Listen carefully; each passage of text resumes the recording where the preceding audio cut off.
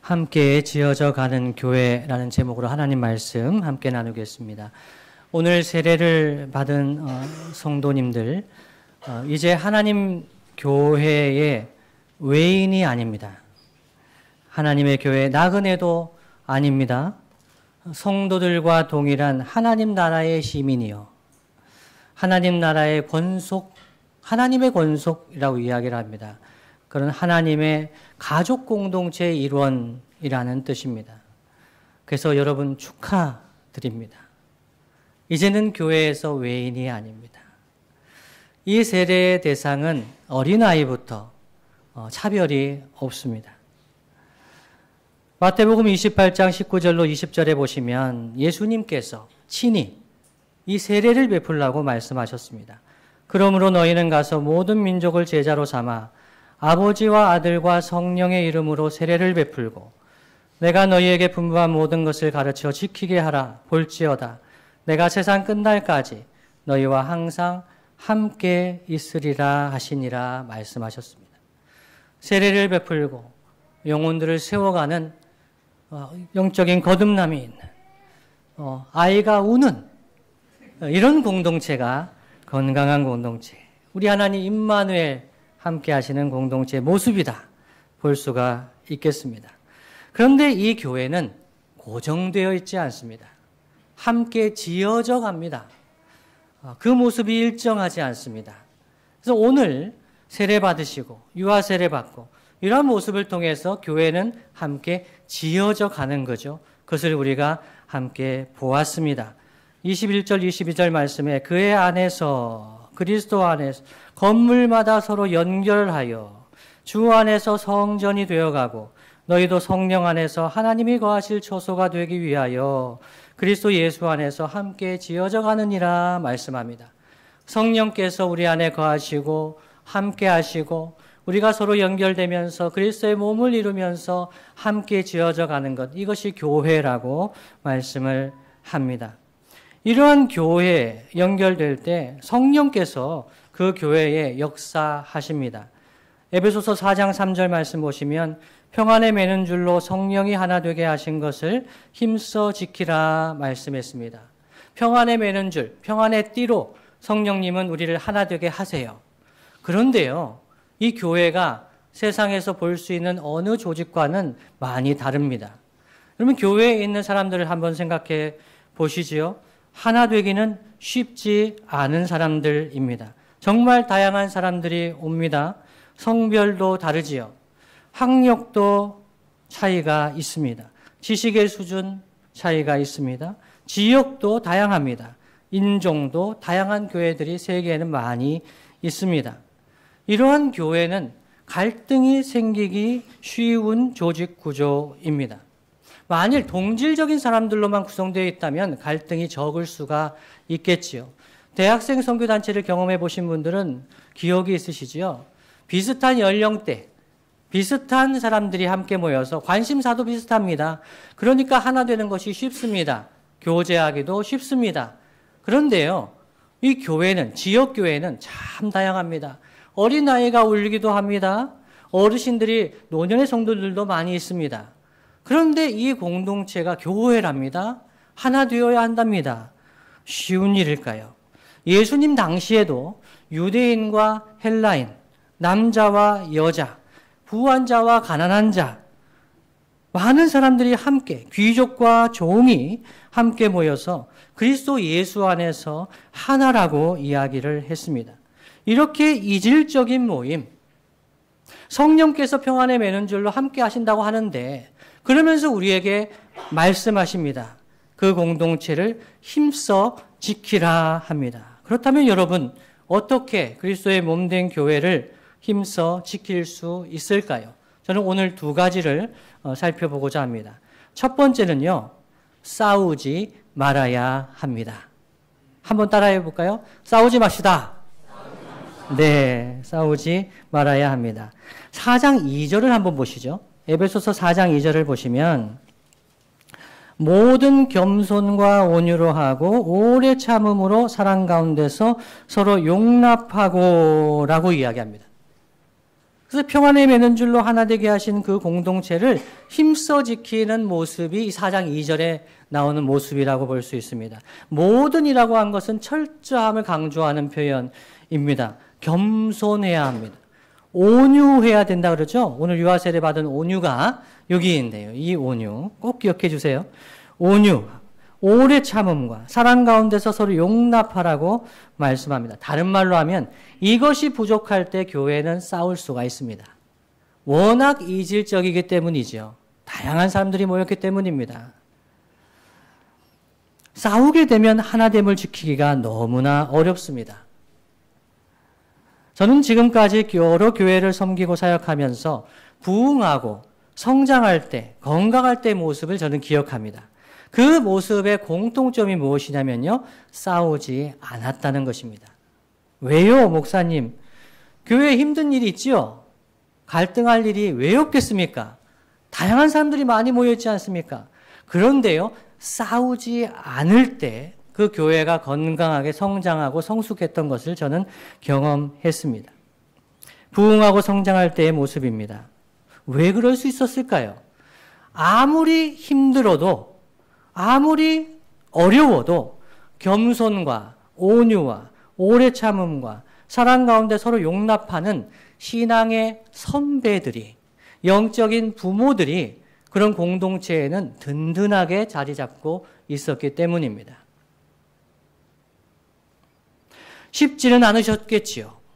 그분들이 그런 어려움을 겪을 때에 한 말씀 하고 싶으실 수도 있었겠죠. 싸우고 싶은 일이 왜 없었겠어요? 저는 어렸을 때 자라면서 싸우지 않은 순간을 별로 경험해 본 적이 없습니다. 가족이 그렇게 행복한 것이 아니었습니다. 그런데요, 제가 이렇게 살아오고 나니까 부모님께 정말 감사하다라고 생각할 때가 있었습니다. 그때 언제냐면 우리 부모님이 선을 넘지 않으셨다. 우리 부모님이 끝까지 가정을 지키려고 애를 쓰셨다. 제가 자세하게 말씀은 드리지 않겠습니다. 일부 때는 자세하게 말씀드렸지만 어려움의 순간에도 제가 말씀드렸나요? 저희 화장대에 이혼 서류가 항상 있었어요. 도장만 찍으면 끝이에요. 제가 어렸을 때부터 그걸 봤어요. 그런데도 부모님은 끝까지 지켰어요. 전 너무너무 감사를 드립니다. 물론 싸우는 교회도 제가 보았습니다. 좀 이질적인 사람이 있으면 갈등이 빚어집니다. 그러다 보면 그때는 비슷한 사람들끼리 모입니다. 비슷한 사람들이 뭉칩니다. 그러면은 이 사람, 좀 이질적인 사람이 소외됩니다. 그러면서 그 사람이 교회를 떠나게 됩니다. 그러면 이 이질적인 사람이 교회를 떠난 것이 그 당시에는 아우 이제 시원하다, 속 시원하다, 그이가 없으니까 교회가 조용하네 라고 생각할 수가 있겠죠. 그런데 그런 일이 반복이 되면 그 교회는 성숙하지도 못하고 성장하지도 못합니다. 교회는 몸이기 때문에, 그리스도의 몸이기 때문에 성장통이 있을 수 있습니다. 나와 다른 사람, 좀 마음에 안 드는 사람, 저 사람은 정말 이상하다라고 생각하는 사람이 왜 없겠습니까? 그런데 그 사람을 품어주면서 그 사람을 용납하면서 겸손과 온유와 오래 참음으로 사랑 가운데 서로 용납할 때 그리스도의 몸은 세워집니다. 성숙하고 성장하게 되는 거죠. 그 과정에서 성장통이 있습니다. 성장할 때 성장통이 있습니다. 근데 성장통을 겪은 이후에는 그 몸은, 그 교회는 훨씬 더 성숙한 그리스도의 몸의 공동체가 되어 갑니다. 이 성장통은요, 그리스도의 몸이 찢어져서 겪는 아픔보다는 훨씬 낫습니다. 그리스도의 몸을 형제 자매가 찢어져서 헤어지는 것보다, 그 고통보다는 함께하면서 견뎌내는 성장통이 훨씬 낫습니다. 첫 번째죠. 그리스도의 몸을 힘써 지키려고 할 첫 번째는 싸우지 말아야 합니다. 두 번째는요, 서로 연결되어야 합니다. 그리스도의 몸은, 지체들은 서로 연결이 되어야 합니다. 싸움이 없는 것만으로는 성장하고 성숙할 수가 없습니다. 휴전 같은 상태로는 연결되지 않고 휴전 같은 상태로는 그리스도의 몸은 성숙할 수가 없습니다. 그 사람이 오든지 말든지 연결되지 않고 그렇게 어정쩡한 거리를 유지하면서 살아간다면 그 그리스도의 몸은 성장하기가 어렵습니다. 몸이 성장할 때는 온몸이 각 마디를 통하여 도움을 받음으로 연결되고 결합된다고 합니다. 4장 16절 말씀 이렇게 증거합니다. 그에게서 온몸이 각 마디를 통하여 도움을 받음으로 연결되고 그는 머리 대신 그리스도입니다. 머리 대신 그리스도에게서 온몸이 각 마디를 통하여 도움을 받음으로 연결되고 결합되어 각 지체의 분량대로 역사하여 그 몸을 자라게 하며 사랑 안에서 스스로 세우느니라 말씀하고 있습니다. 그리스도의 몸된 교회는 그 지체들이 머리 대신 그리스도와 연결되어 있고 그리고 그 지체들이 서로 연결될 때 사랑 안에서 스스로 세우게 됩니다. 사람들은 교회를 인위적인 프로그램이나 인위적인 방법으로 성장시켜 보려고 애를 쓰는 경우가 많이 있습니다. 도움이 어느 정도는 될 수가 있겠지요. 그러나 그리스도의 몸이 건강하게 성숙하고 성장하기 위해서는 연결되는 것이 너무나 중요합니다. 첫 번째는요, 이 연결됨에 있어서 기억할 첫 번째는 먼저 우리가 머리 대신 그리스도와 연결이 되어야 됩니다. 주님과 연결이 되어야 합니다. 이것이 강할수록 머리 대신 그리스도와의 연결이 강할수록 교회는 하나됨의 힘이 강해집니다. 머리 대신 그리스도와 어떻게 연결이 될 수 있을까요? 기도와 말씀과 예배 가운데 우리가 머리 대신 그리스도의 지체인 것을 경험하게 됩니다. 다른 말로 하면 예배 은혜가 충만하면 교회의 지체들은요, 머리 대신 그리스도로부터 은혜와 생명을 공급받게 됩니다. 그래서 은혜가 넘치게 됩니다. 기쁨이 넘치게 됩니다. 그래서 그 힘으로, 그 은혜로 형제와 자매들과 연결되고 교제할 수 있게 됩니다. 그래서 예배 생활이 너무너무 중요합니다. 오늘 세례를 받으신 우리 형제자매 여러분, 예배 생활이 너무너무 중요합니다. 왜요? 예배 생활을 통해서 머리 대신 예수님께서 여러분에게 은혜 베푸시고 말씀하시고 교회 공동체의 지체로 일원으로 세워 가시기 때문입니다. 두 번째는요, 그래서 각 지체가 서로 연결이 되어야 합니다. 연결만 되어 있으면 주님의 몸에는 생명이 있습니다. 교회에는 생명이 있습니다. 목회자가, 교사가, 어떤 사람이 막 애를 쓰려고 하지 않아도 성도들이 서로 연결이 되어 있으면, 그 코이노니아가 살아있으면, 교제가 살아있으면 그리스도의 몸은 사랑 안에서 스스로 세웁니다. 새 가족이 한 교회에 잘 정착하려면 어떻게 해야 될까요? 목회자들이, 학자들이 여러 이야기를 했는데 제 기억에 남아있는 것은 처음에 교회에 왔을 때 5명 정도가 그 사람과 연결되면 그 사람은 교회에 정착할 확률이 매우 높다고 얘기를 합니다. 처음에 어떤 새 가족이 왔어요. 오늘 세례 받으셨잖아요. 세례 받으시면 끝이 아니잖아요. 하나님의 가족 공동체 일원이 된 거잖아요. 이제 응애한 거잖아요. 그러면 이분들과 연결될 분들이 적어도 5분 이상 있어야 된다는 거죠. 연락해주고, 안부를 물어주고, 기쁨과 슬픔을 같이 할 때, 그럴 때 그 성도는, 그 형제자매는, 내가 그리스도의 몸의 지체구나, 가족이구나, 이것을 느낄 수 있다는 거죠.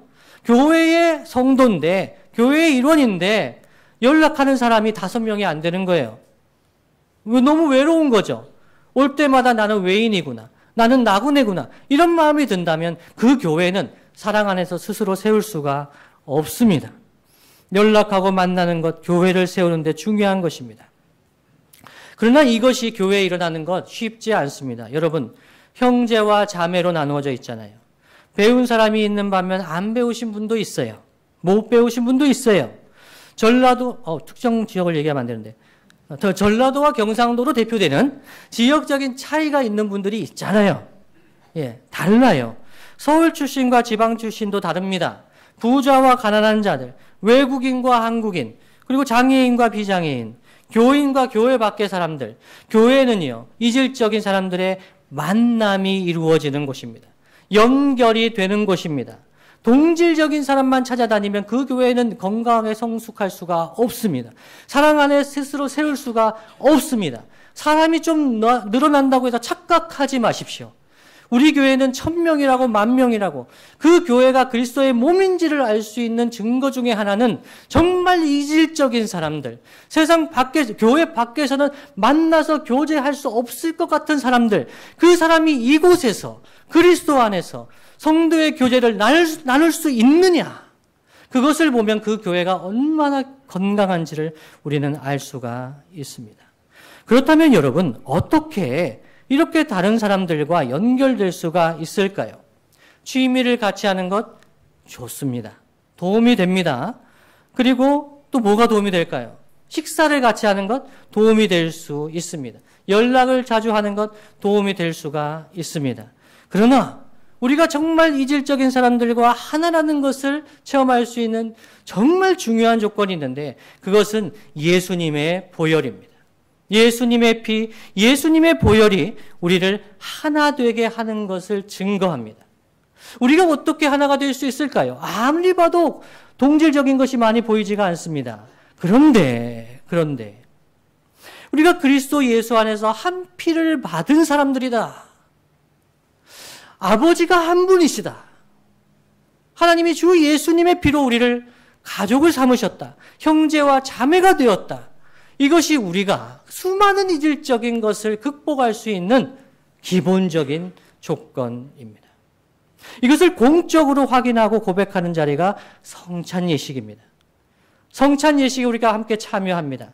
그리스도의 몸을, 그리스도의 피를 함께 나눈 자인 것을 고백하면서 참여합니다. 이 성찬의 자리는 차별에 있어서는 안 됩니다. 이 성찬의 자리는 우리가 하나 된 것을 드러내는 자리입니다. 인종과 성별과 빈부귀천을 초월하여 우리를 하나 되게 하심을 고백하면서 왕 되신 하나님께서 우리를 초대하시고 우리에게 식탁을 베풀어 주시는 은혜의 자리, 잔치의 자리입니다. 그래서 여러분, 그리스도 예수 안에서 우리는 이 하나됨을 지킬 때 여기에서 시작하시기를 간절히 바랍니다. 우리가 예수의 피로 이미 하나된 관계라는 것을 인정하는 것에서 시작해야 합니다. 전화가 왔네요. 네, 전화 하나님이 부르실 수도 있을 것 같은데. 네, 여러분 교회에 있다 보면 못마땅한 사람들이 왜 없겠습니까? 마음에 들지 않는 사람들이 있습니다. 그때 여러분 이 사실에서 시작하십시오. 한 피를 받아 한 몸을 이룬 형제와 자매라는 사실에서 시작해야 합니다. 저는 교회 생활을 하면서 참 이상한 사람들 많구나 하는 생각을 했던 때가 있습니다. 그런데 그때 형제요 자매라고 하시는구나. 그렇다면 그분은 어떤 분이죠? 제 형님과 누님이고 아우님이고 또 삼촌이고 이모고 고모고 또 나이가 연로하신 분들은 제 아버지고 어머니죠. 그런 생각을 가지고 대하니까 달라지는 거죠. 견딜 수가 있는 거죠. 예수님이 그분을 위해서 피를 흘려주셨는데, 예수님이 그분을 위해서 보혈을 흘려주셨는데 내가 뭐라고 그분을 배척하겠는가. 이런 깨달음이 있었을 때가 있었습니다. 그래야 몸이 자랍니다. 그래야 연결이 됩니다. 그래야 주님의 사랑이 느껴집니다.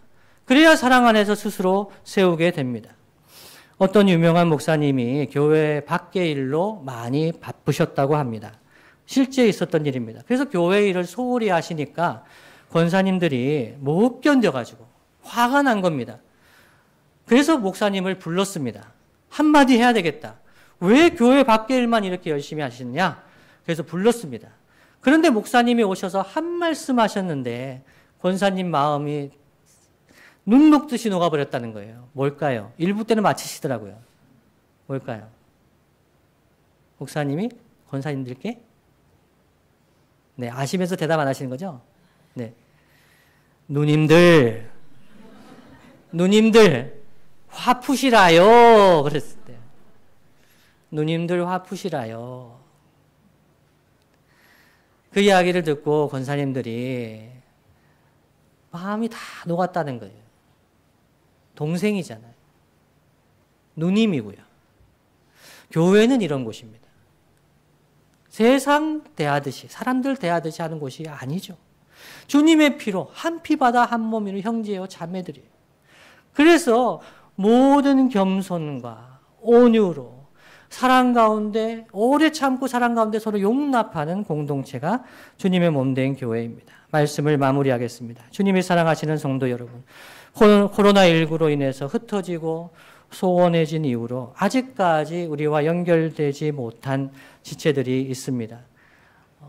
병상에서 또 해외에서 여러 가지 이유로 영상으로 예배하는 지체들도 있지요. 그런데 마음이 멀어져 있는 지체들도 많이 있습니다. 서울 지역의 교회들 평균적으로 코로나 이후로 이 코로나 이전보다 출석률이 70% 정도 된다고 합니다. 그러면서 목회자들은 걱정을 한다고 합니다. 회복이 되지 않는다고 이야기를 합니다. 여러분, 70%를 80%를 90%를 회복하는 것보다 정말 중요한 것은 서로 연결되는 것입니다. 그 누구도 외롭지 아니하도록, 그 누구도 소외되지 않도록 서로 그리스도 예수의 보혈로 우리가 함께 연결되는 성도의 교제를 나누는 것이 훨씬 더 중요합니다. 대면하여 만나지 못하고 있는 지체들 아직도 많이 있습니다. 이들을 위해서 우리는 기도하며 찾아갈 수 있어야 하겠습니다. 오늘 세례받은 성도 여러분, 세례는 자격증이 아닙니다. 세례받았다고 해서 우리가 자격을 얻은 것이 아닙니다. 세례는 이제는 하나님 가족 공동체의 일원이 되었다는 것을 공식적으로 확인하고 이제 영적으로 하나님의 자녀로서 하나님의 가족으로서 신앙생활을 하시는 겁니다. 가족의 일원으로서 서로 교제하십시오. 주님의 머리 대신 주님과 긴밀히 연결되십시오. 포도나무 대신 주님께 붙어 있으십시오. 그러면서 그 양분을 공급받으시고 그러면서 형제 자매들과 성도들과 연결되십시오. 이 안에서 사랑 가운데 스스로 세우는 주님의 몸된 가족, 하나님의 가족임을 체험하시기를 간절히 바랍니다. 마지막으로 교회는 이 하나됨을 통해서 세상에 예수님을 전하는 공동체입니다.